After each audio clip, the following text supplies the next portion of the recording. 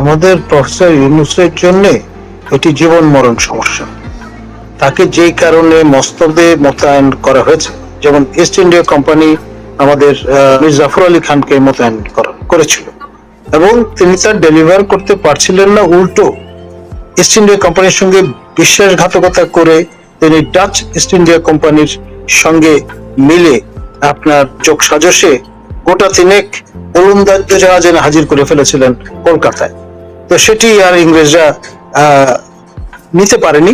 তখন তার জামাতা মীর কাসেম আলীকে মসনদে বসায়। তো এখন সেই রকম পরিস্থিতি উদ্ভব হতে পারে। তিনি যদি ডেলিভার করতে না পারেন, করিডোর বলেন, আপনার চ্যানেল বলেন, হোয়াট এভার ইট ইজ, এটা যদি তিনি শেষ পর্যন্ত ডেলিভার করতে না পারেন, ইতিমধ্যে ডিফ্যাক্টো সেন্সে করে ফেলেছেন, ডি জুরো সেন্সে তিনি যদি করতে অসমর্থ হন, তাহলে আপনার এক সেকেন্ডও দেরি করবে না, আপনার সেই শক্তি নিশ্চয় তাকে ছুঁড়ে ফেলে দেবে, প্রয়োজনে মেরে ফেলবে, তাতেও অবাক হওয়ার কিছু থাকবে না। বুঝতে পেরেছি। সব মিলে খুব একটা সংকটপূর্ণ অবস্থা, কিন্তু সময় তো দ্রুত শেষ হয়ে যাচ্ছে, right? July is knocking at the door. July is knocking at the door, এটা বলে গেলে চলবে না। সব কিছুর সঙ্গে একটার সঙ্গে আর একটা যোগসূত্র আছে। আপনি খেয়াল করে দেখেন, এই 50,000 সৈন্য নিয়ে পলাশীর আম্র কাননে মীর জাফর আলী খানের 2IC আপনার ইয়ার লতিফ খান দাঁড়িয়েছিলেন। মীর জাফর আলী খানের সংবাদ আপনি ইতিহাস ঘেটে পাবেন। ইয়ার লতিফ খান কিন্তু বেমালুম হারিয়ে, মীর মদন মোহনলালের বর্ণনাও আপনি পাবেন, তাদের কবরও খুঁজে পাবেন, কিন্তু আমাদের এই ইয়ার লতিফ খানের কোনো চালচুলো ঠিকানা আর খুঁজে পাবেন না। ইতিহাস এতই নির্মম। রাইট। সো আমরা কি ওয়াকুরুজ্জামানকে সেই পরিণতিটা দেখবো যে আমরা যে আমাদের ইতিহাসের বইয়ে পড়েছিলাম যে পলাশীর প্রান্তরে প্রায় 50,000 সেনা পুতুলের মতো ঠায় দাঁড়িয়ে থাকলো। আমরা দেখছি আমাদের দেশ হাতছাড়া হয়ে যাচ্ছে, আমাদের দেশের আমার স্বাধীনতা, সার্বভৌমত্ব সবকিছু ভুলণ্ঠিত হয়ে যাচ্ছে, আর আমাদের সেনাবাহিনী বসে বসে দেখছে যে দেখি না কি করে। দেখুন, আমি জানি না লরেন্স লেফশোজ মহোদয় এখনো জীবিত আছেন কিনা। তিনি এই পলাশীর প্রান্তরের যুদ্ধটা চমৎকার একটা বর্ণনা দিয়েছেন, বলেছিলেন যে Bengal the first ব্যাস্টিয়ন of the British empire, এটি আপনার এই পলাশী যুদ্ধের মাধ্যমে হস্তান্তরিত হলো। আপনার এটা ছিল মাল্টি ন্যাশনাল কোম্পানির take over, first instance in the then world, এবং তার নতুনতর ফেজ আমাদের হয়তো প্রত্যক্ষ করতে হবে জুলাই মাসে। এটাই হবে আমাদের আপনার শেষ ঈদুল আজহা নতুন পুরনো বাংলাদেশের। কি বলেন আপনি? যা মনসুরুল হক, আপনিও কি একমত মনে নাকি? না, এটা আমি একমত এই ব্যাপারে স্যারের সাথে, যে জুলাই একটু সিগনিফিকেন্ট একটা মাস আসছে। তারা যে ঘোষণাটি দিয়েছেন, এটি হচ্ছে, আমরা যদি এটাকে সিনেমাটিক ভাবে ভাবি, যে আপনি অশরীরী আত্মা ডেকে আনলে প্ল্যানচেট করে, তাকে যদি আপনি শত্রুকে না দেখাতে পারেন, সে যদি কাউকে কিল করতে না পারে, তাকে ডেকে আনে যে তাকে কিল করে চলে যায়। অর্থাৎ আপনি একটা কিলারকে ডেকে নিয়ে এসছেন, ডেকে এনে তার যে ভিকটিম হবে, আপনি ভিকটিমকে দেখাচ্ছেন না, তো সে তো বসে থাকবে না, তার তো হচ্ছে কিল করা অভ্যাস, সে আপনাকে কিল করে চলে যাবে। তো জুলাই প্রকিউরমেন্ট তারা যেটা ঘোষণা করে দিয়েছে, এইটি তারা অলরেডি তীর ছুড়ে দিয়েছে, এটিকে ব্যাক করার কোনো সুযোগ নেই। এইটি ব্যাক করলে তার যে বালক বাহিনী তার উপরে আস্থা হারাবে এবং বালক বাহিনী তার পেছন থেকে সরে যাবে। সুতরাং তাকে এটা করতে হবে, এবং এটা করলে তিনি তার পায়ের তলার সমস্ত মাটি নড়বড়ে করে ফেলবেন। তিনি অ্যাট এ টাইম সেনাবাহিনীকে খেপাবেন, তিনি তার যে পোষক, যে সৃষ্টিকর্তা, তাদেরকে খেপাবেন। তারা তো দেশে গণতন্ত্রের লেবাসে কাজ করতে চায়, তারা তো দেশে একটা ক্যাওয়াটিং সিচুয়েশন তৈরি করে কাজ করতে চায়। তার প্রভুদের একটা ভালো একটা ইডিওলজি হচ্ছে, তারা গণতান্ত্রিক বাতাবরণ, একটি শান্তি সৌম্য এরকম একটি বাতাবরণে তাদের স্বার্থ হাসিল করতে চায়, জনগণকে ট্যাবলেট দিলে। তো আপনি সেই জায়গাটায় ব্যর্থ হয়েছেন, জনগণকে শান্তি দিতে ব্যর্থ হয়েছেন, আপনি করিডোর দিতে ব্যর্থ হচ্ছেন, আপনি পোর্ট দিতে ব্যর্থ হচ্ছেন, ইভেন আপনি যে আলোক বাহিনী তাদেরকে আপনি প্রকিউরমেন্ট করতেও ব্যর্থ হন, তাহলে আপনার কি থাকলো? ইউ মে গো। সেই জন্য ওনার কিছু করার নাই, ওনাকে হয় জুলাই সনদ বাস্তবায়িত করতে হবে, বাস্তবায়িত করে পায়ের তলার মাটি সরিয়ে ফেলতে হবে, আদারওয়াইজ জুলাই সনদকে পরিত্যাগ করে ওনাকে আবার ওই বাহিনীর বিরুদ্ধে চলে যেতে হবে। উনি বিপদে পড়ে গেছেন, উনি উভয় সংকটে আছেন।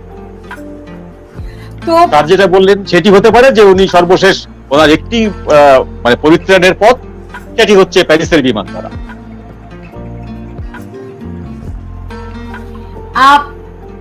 যদি এরকমটা হয়, জনাব কলিমুল্লাহ, আমরা তো এখন কি বলবো, মানুষ কি করবে? মানুষ কি এটার জন্য প্রস্তুত? মানুষকে তো এখনো কিছু জানানোই হয়নি।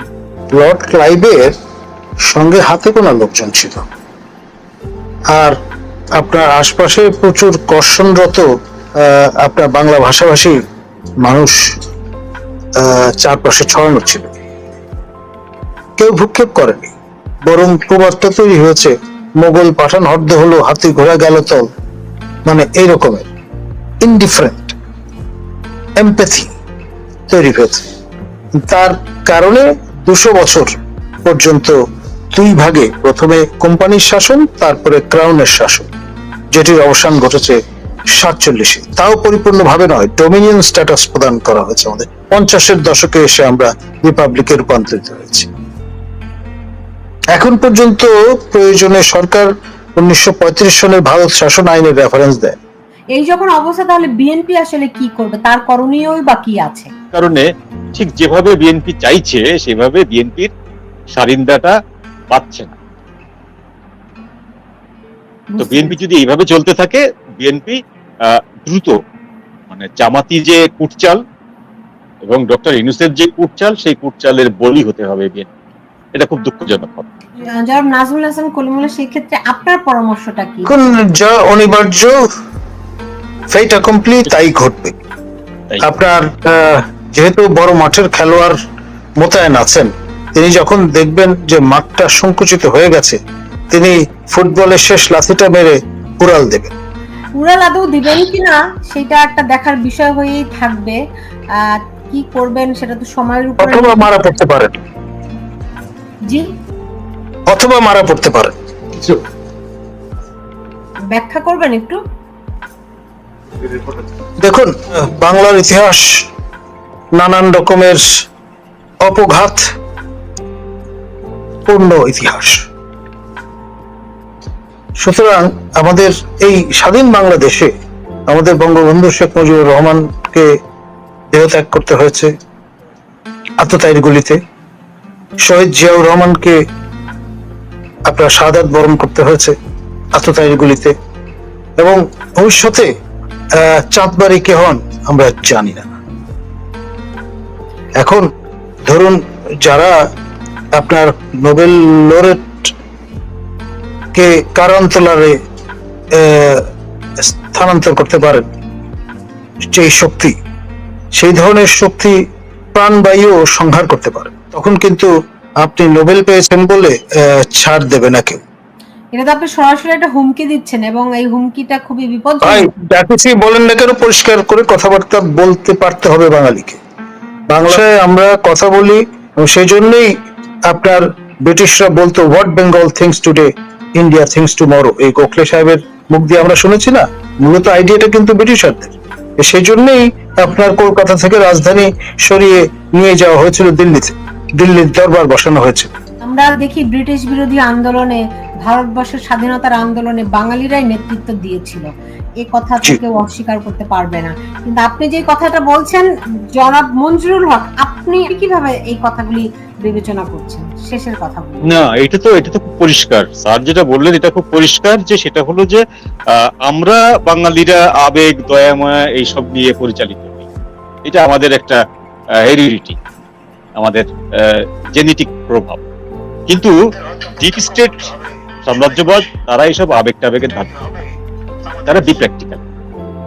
প্র্যাকটিক্যালটা হচ্ছে যে আপনাকে আমি অ্যাসাইনমেন্ট দিয়েছি, আপনি ব্যর্থ, সুতরাং স্পিওনাজ সূত্রে বা গুপ্তচর ভিত্তিক যে ল, সেই লতে বলে যে ইউ হ্যাভ টু ডিস্ট্রয় ইট। হয় আমরা মেরে ফেলবো, নাহলে আপনি নিজে নিজেকে মেরে ফেলবেন। পৃথিবীতে বিভিন্ন দেশের গোয়েন্দারা যখন ধরা পড়ে, তখন সেই দেশটি ওই লোকের নাগরিকত্ব অস্বীকার করে, ওই দেশটি। আমাদের কেউ না। তার মানেটা কি? তার মানেটা হচ্ছে তাকে মেরে ফেলো, পুড়াই দাও, টুকরো টুকরো করে ফেলো, আমাদের কিচ্ছু যায় আসে। এই শর্তেই কিন্তু তাকে চাকরি দেওয়া হয়, তাকে ট্রেনিং দেওয়া হয়, যে তুমি যখন বিদেশে গুপ্তচর ভিত্তি করতে যে ধরা পড়বে, তখন তোমাকে কিন্তু আমরা অস্বীকার করবো।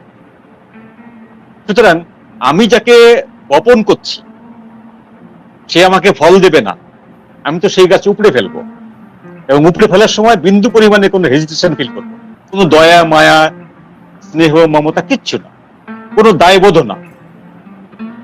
কারণ তুমি তো আমার কাছে ভাড়া খাটছো, তোমাকে তো আমি এখানে কোনো ইমোশনাল পোস্ট হিসেবে আনি, তোমাকে বাই করেছি, তুমি আমার কাছে নিজেকে সেল করেছো। সুতরাং তুমি যেটি পাচ্ছ না, হয় তুমি নিজেকে ডিস্ট্রয় করো, অথবা আমরা তোমাকে ডিস্ট্রয় করে দেবো। এই জন্য এটা হতেই পারে।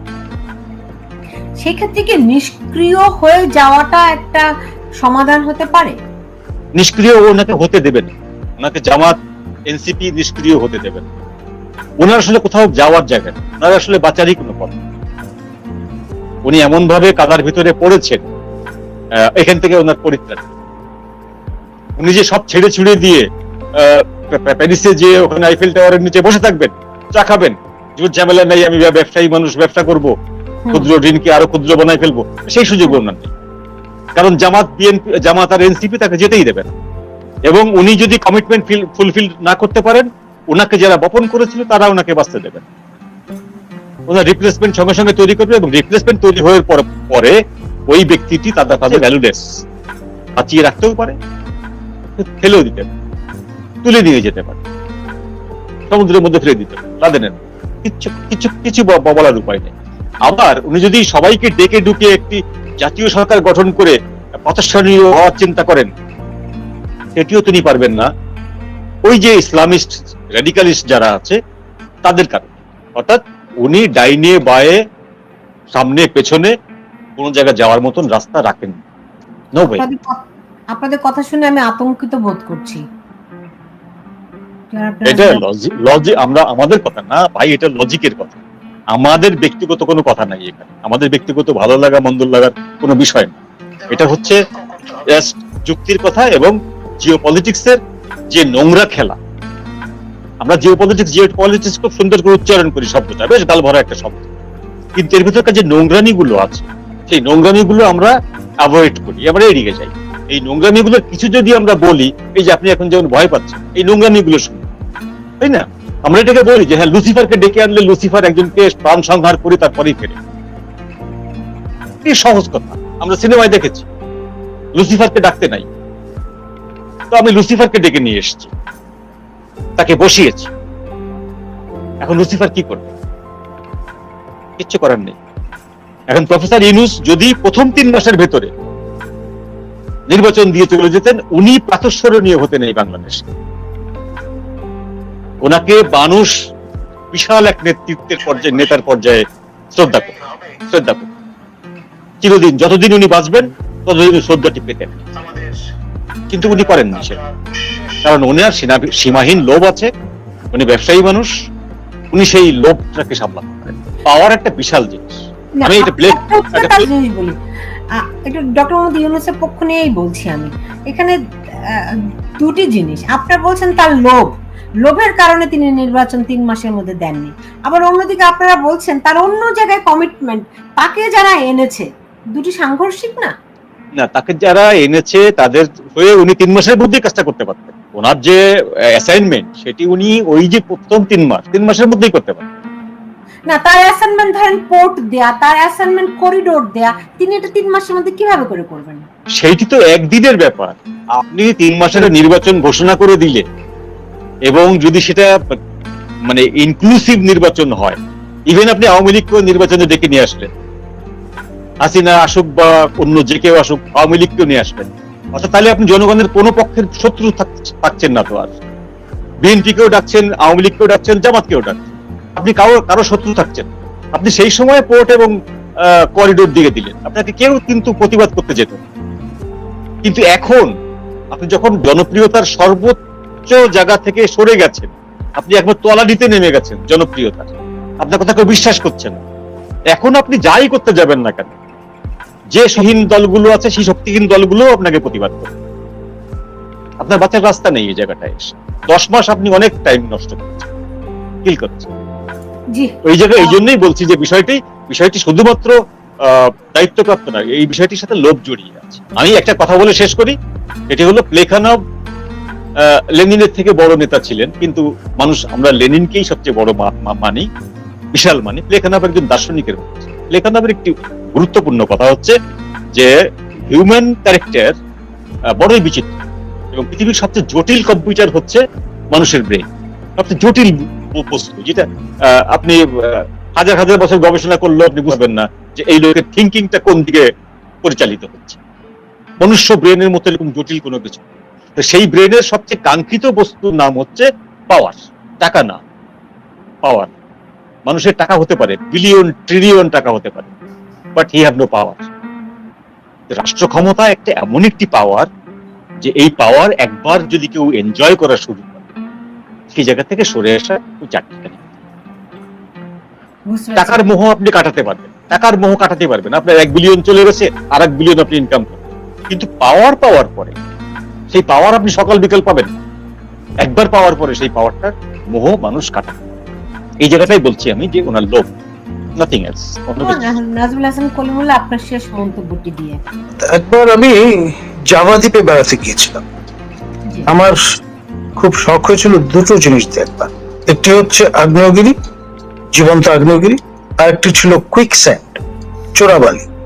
তা আমার ওই যে মানসপটে যে চোরাবালি আমি দেখেছি, প্রফেসর ইউনূস এখন এই চোরাবালিতে পড়েছেন। যত তিনি নড়াচড়া করবেন, যা কিছুই করবেন, তিনি আরো পতিত হবেন, তার কোনো নিস্তার নেই। আমি এত কিছু কুইকস্যান্ড ফেনোমেনাটাকে গ্রাস করবে, কিচ্ছু করার নেই, অনিবার্য পরিণাম। আমি আমি আমি আপনাদের কথা শুনে সত্যি একটু আতঙ্কিত বোধ করছি। এমনটা আমি এটা ভালো, জাতি যত দ্রুত আতঙ্কিত হবে তত কিন্তু বাঁচার রাস্তা খুঁজে নেবে।